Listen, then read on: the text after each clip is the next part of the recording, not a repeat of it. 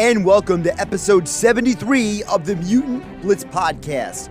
I'm your host, Josh Hennig. On this edition of the podcast, we're going to explain Loki, the TV show on Disney Plus, and elaborate on why this is the most impactful show on the future of the cinematic universe in Phase 4.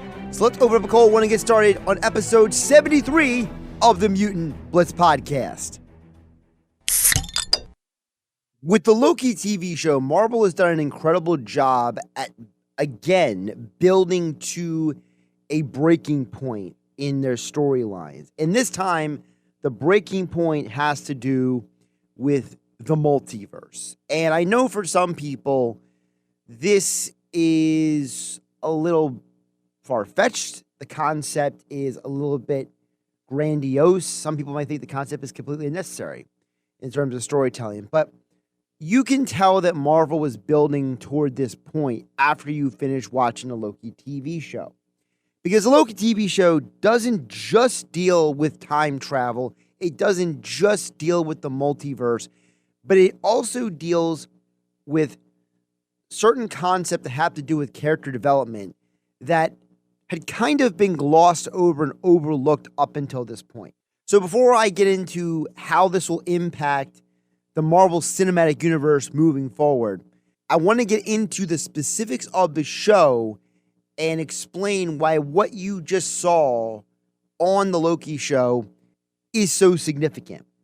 So the Loki show is basically just picking up where Avengers Endgame left off, with Loki stealing the Tesseract. Now, you find out over the course of the show that because Loki was not supposed to steal the Tesseract, that he is abducted by the TVA, known as the Time Variance Authority, this bureaucracy that polices the flow of time, or so they think.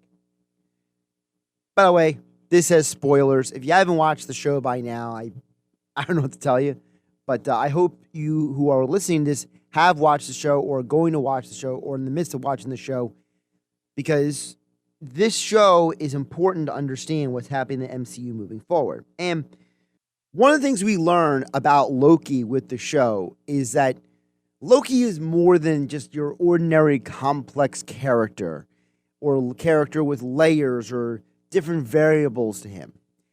He's someone who has spent his entire life overcompensating. And throughout the show, Loki is forced to admit things and learn things about himself that he wasn't comfortable with admitting if he wasn't forced into these situations.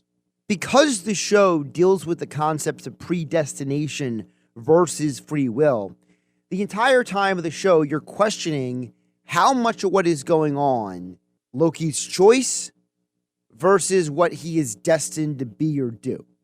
And Loki's asking those same questions as well. In the entirety of the show, Loki says and does things that have to do with his desire to not admit the truth. The truth being that he has spent his entire life wanting attention, acceptance, admiration. He wants to be treated the same as everyone else. He wants to be like everyone else, but because he isn't like everyone else, he acts out. You have the scene where he cuts Sif's hair. You have the review of his life where he goes through different things, and Mobius asks him, do you like hurting people? And Loki finally admits, no, I don't like hurting people. And Loki thinks he has to hurt people. He has to be mean. He has to be the villain for people to respect him and get attention. It's implied because of Loki's mythical history and his comic book history that this is the loop that Loki is stuck in. And these variants, or these different Lokis from different timelines, are all Lokis that broke out of their loop, and they dared to do something different, which forces the TVA to capture them and then dispose of them. Now, of course, the show makes you think they're killing them, but instead they're sending them to a place called the Void.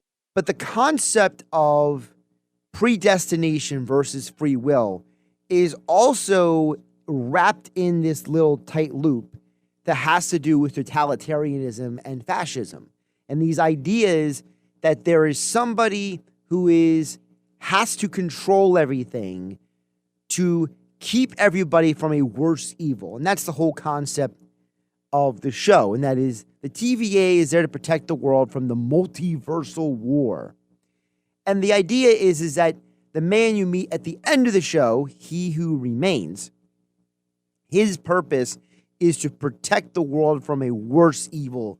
You know, the devil that you know is better than the devil that you don't know concept. And the whole show, Loki is trying to break free from the stereotypes that have confined him and made him. And some of them are his own fault because he's bought his own lies and he's bought into his own charade. And as the show goes on, you find out that the reason why he falls in love with Sylvie, his female variant from another timeline, isn't because she is like him. It's because she isn't like him. But he sees things that he recognizes in her that he can appreciate. And the reason why they connect is because they are both trying to break free, but they find out in the end they're breaking free for very different reasons and have very different paths to go down. The show plays on the emotion of the viewer, where the viewer is constantly conflicted. Do I root for Loki? Do I root against Loki? Do I root for the TVA? Who are these timekeepers? Who's really in charge? What is really going on here? And as the show progresses, you find out that your instincts about everything you saw in the first episode were probably right all along. When Loki arrives at the TVA, he's arriving to a world that frankly looks like a propaganda prison.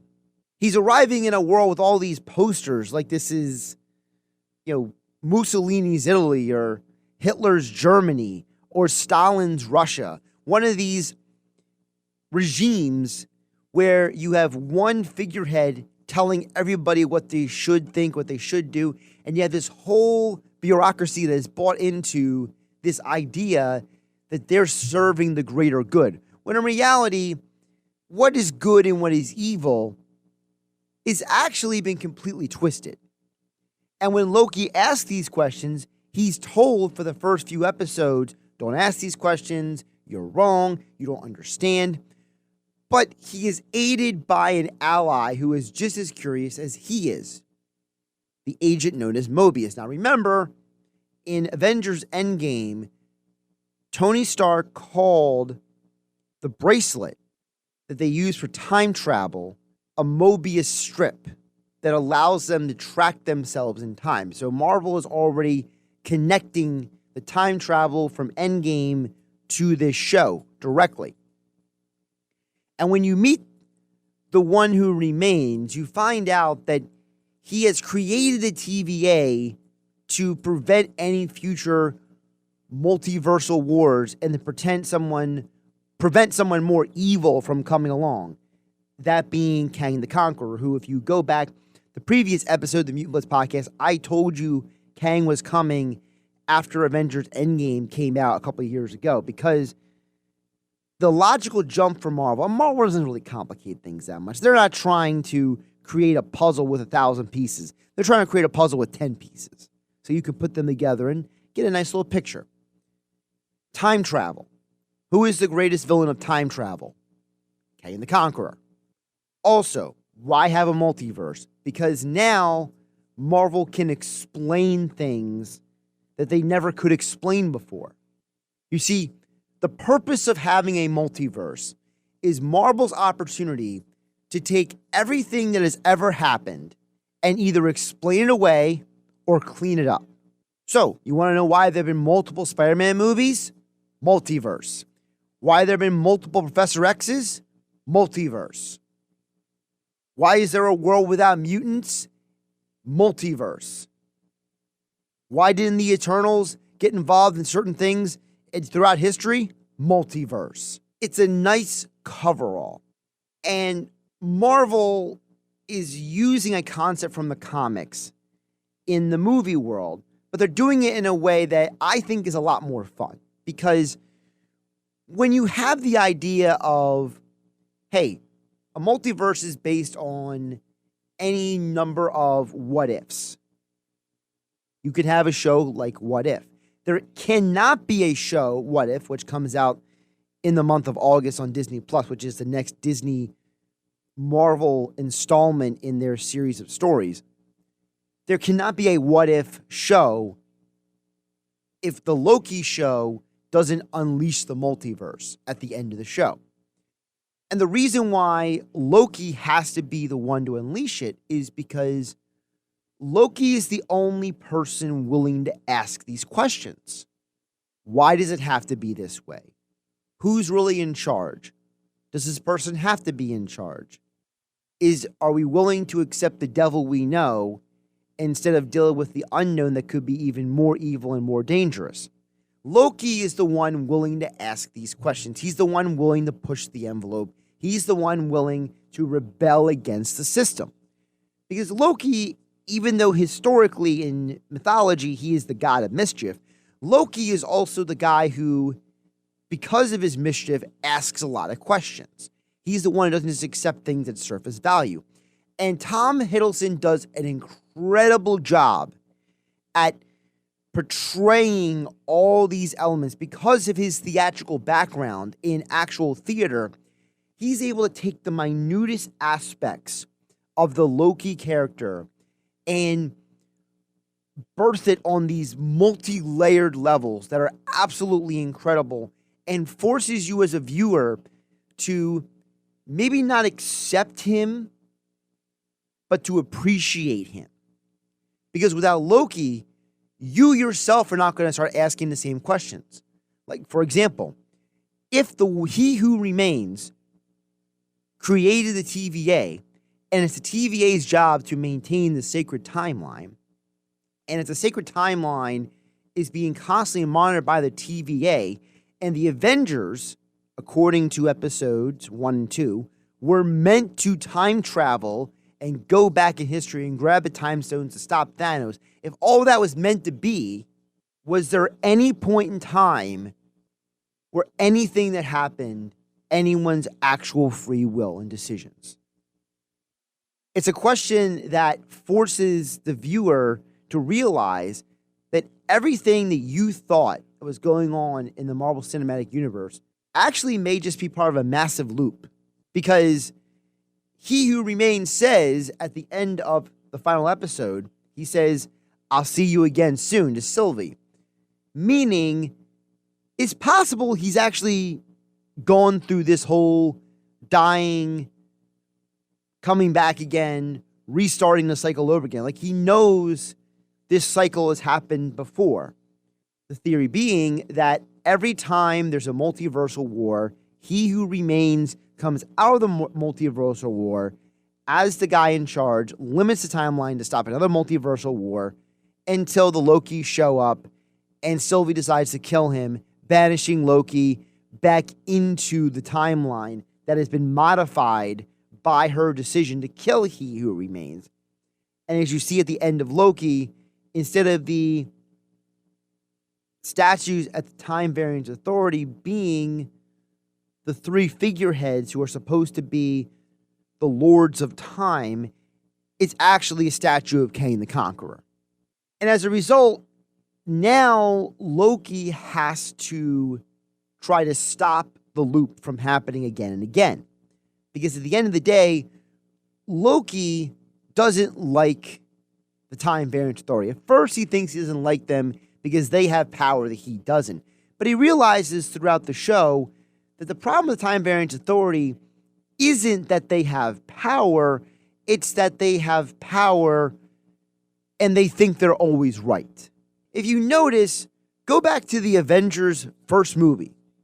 Even Loki questions the person who gave him the scepter. He questions the people who gave him the power that he has. In the first Thor movie, he questions Odin's decision and Thor's decision every step of the way. Go to Elf Dark World. He questions what they're doing to stop the Dark Elves. He questions everything in almost every show and movie he's in. This is part of who he is. Loki actually functions as a conduit for the audience who is possibly asking the same questions. And that's part of the reason why Tom Hiddleston, this character, connects so much with the audience. Now, the show does a very good job. I think it's a fun show. I think that people need to accept the fact that Loki is somebody, though, who's crying for help. He's crying for attention. He's crying for acceptance. And he's gone through his whole life, and everything he's done, from the D.B. Cooper incident to trying to kill the Frost Giants to playing mind games with people, making them, question things that he's saying or wondering what he's saying or thinking. Everything he's doing is trying to angle for you to accept and appreciate him. So as a result, at the end, Loki realizes that he needs to stop doing that. That he just needs to do the right thing, because he's always going to be trapped in this loop if he doesn't accept who he is. Now, at the end of Loki, there's a couple things we have to realize. First of all, Ravonna Renslayer character is, in the comics, the lover of Kang the Conqueror. And I'm convinced that when Miss Minutes comes to Ravonna to tell her the information that she does, and she disappears and never comes back, I think it's because Ravonna is going into the timeline to create an outcome that would allow Kang the Conqueror to conquer time, basically. Or at least conquer the TVA, which will lead into season 2 of Loki, which is going to be the aftermath of the multiverse situation, which is why Loki is directly leading up to the What If show. He's directly leading up to Doctor Strange in the Multiverse of Madness. He is directly going to be the reason why you're going to see all kinds of things that happen in the Marvel Cinematic Universe. And the crescendo is going to be Kang the Conqueror in the third Ant-Man movie. Because as you know, Marvel loves to build toward the big bad guy. They like to have the big bad guy involved. He's not always directly involved, but he's manipulating the situation. And I think that Kang the Conqueror was using Miss Minutes indirectly, because Kang the Conqueror may have been actually the person who created Miss Minutes. Maybe Miss Minutes doesn't actually exist on the sacred timeline, that the Avatar actually exists outside the timeline. I think that's more of a better explanation. And you find out that everybody in the TVA are variants, and that variants are everywhere, because they want to dictate to everyone who they should be, how they should live their lives. And because people bought into that lie, when that lie is revealed to them, there are people like Ravonna who just couldn't accept that, and they had to fix things.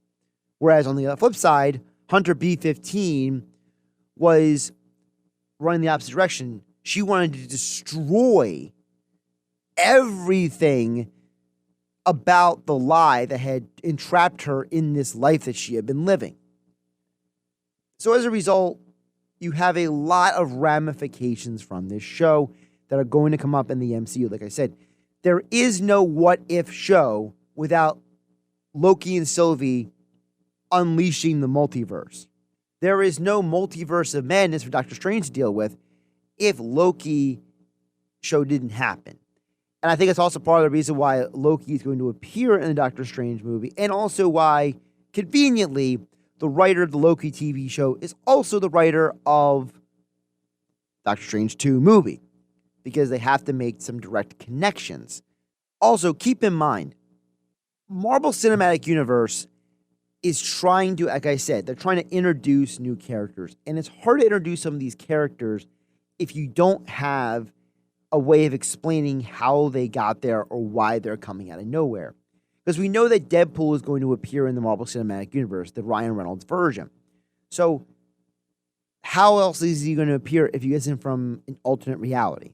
I'm just saying, these are things that would not be able to happen without this building of a foundation for this multiverse. You can't have one without the other. What exactly is going to be the aftermath of this? Well, we know that the Spider-Man No Way From Home show, or should I say movie, is going to have characters from the other Spider-Man movies make some sort of cameo or some sort of bigger appearance in the show.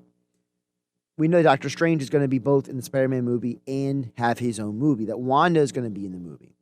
There's a lot of speculation online that the reason why Wanda hears her kids is because Wanda hears her kids at the same moment that the multiverse is created. Her kids exist in another reality, and that's what she's hearing, which is certainly possible. I think a theory online is actually one of the better theories I've heard and observed. The one thing I want to put out there about what's coming in the Marvel Cinematic Universe, though, is that don't be surprised if time travel is not used as an excuse for things anymore. Because time travel as an excuse has been overused. And Marvel doesn't want to use anything that's completely ridiculous science fiction. They're trying to keep things grounded. So a lot of the crazy harebrained theories out there, don't believe them. Let's keep things simple. There's a reason why Daredevil is going to show up in the upcoming Spider-Man movie, the Daredevil Charlie Cox from the Netflix show.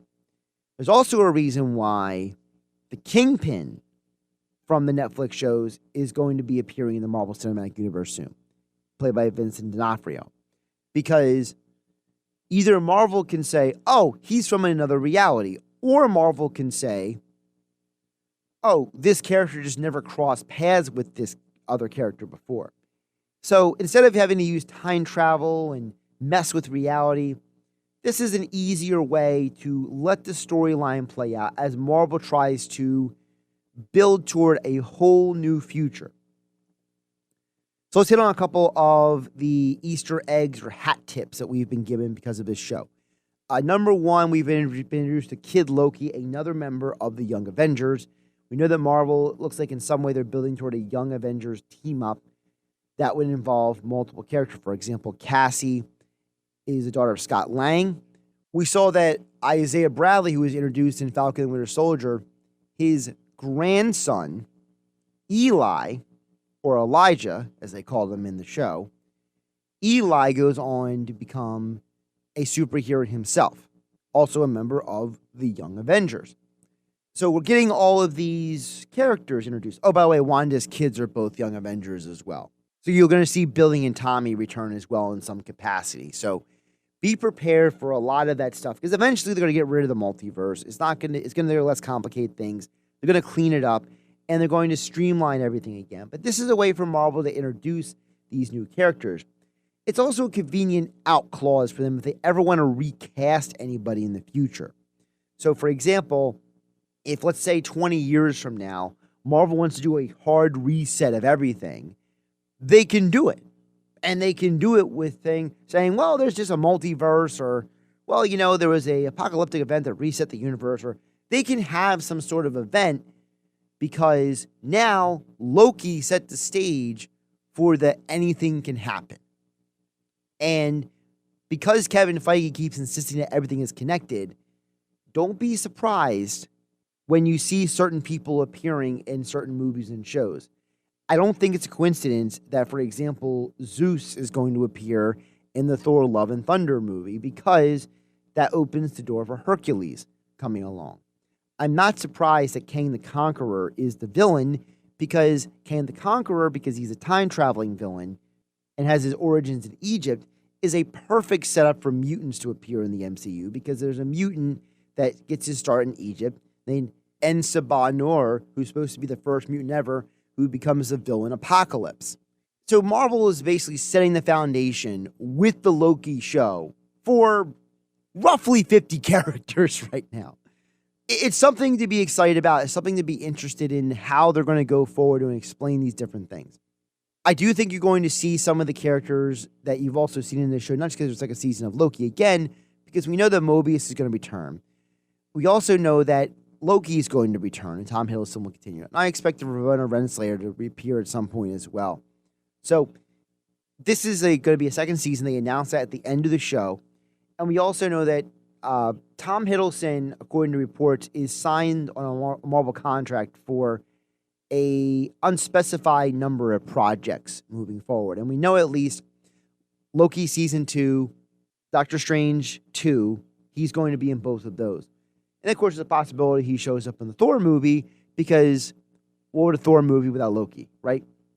expect all those things to come along. I thought the Loki show did a great job at creating suspense for the audience because now they're looking ahead to the upcoming shows and movies, and they realize how important these Disney Plus shows are for the Marvel Cinematic Universe, because these shows are building and adding flesh to and adding substance to the overall story of the movies.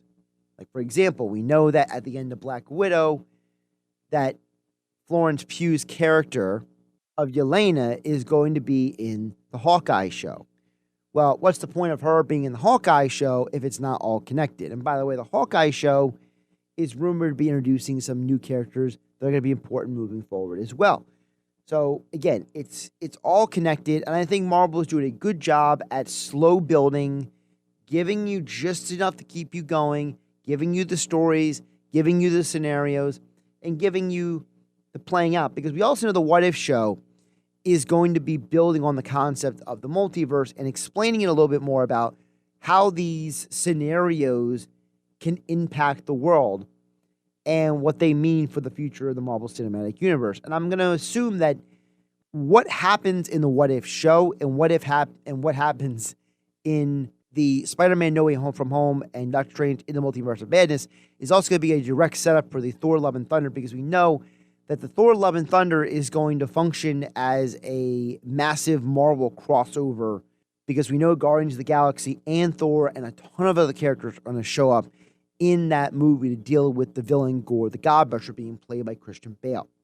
I know this is a lot to digest. I know there's a lot of layers here, but it's important to understand the relevance of what you just saw with Loki and how it impacts the future. And the fact that this story is not done. This is not like WandaVision or Falcon and Winter Soldier where we closed a chapter entirely. No, this is a to be continued situation.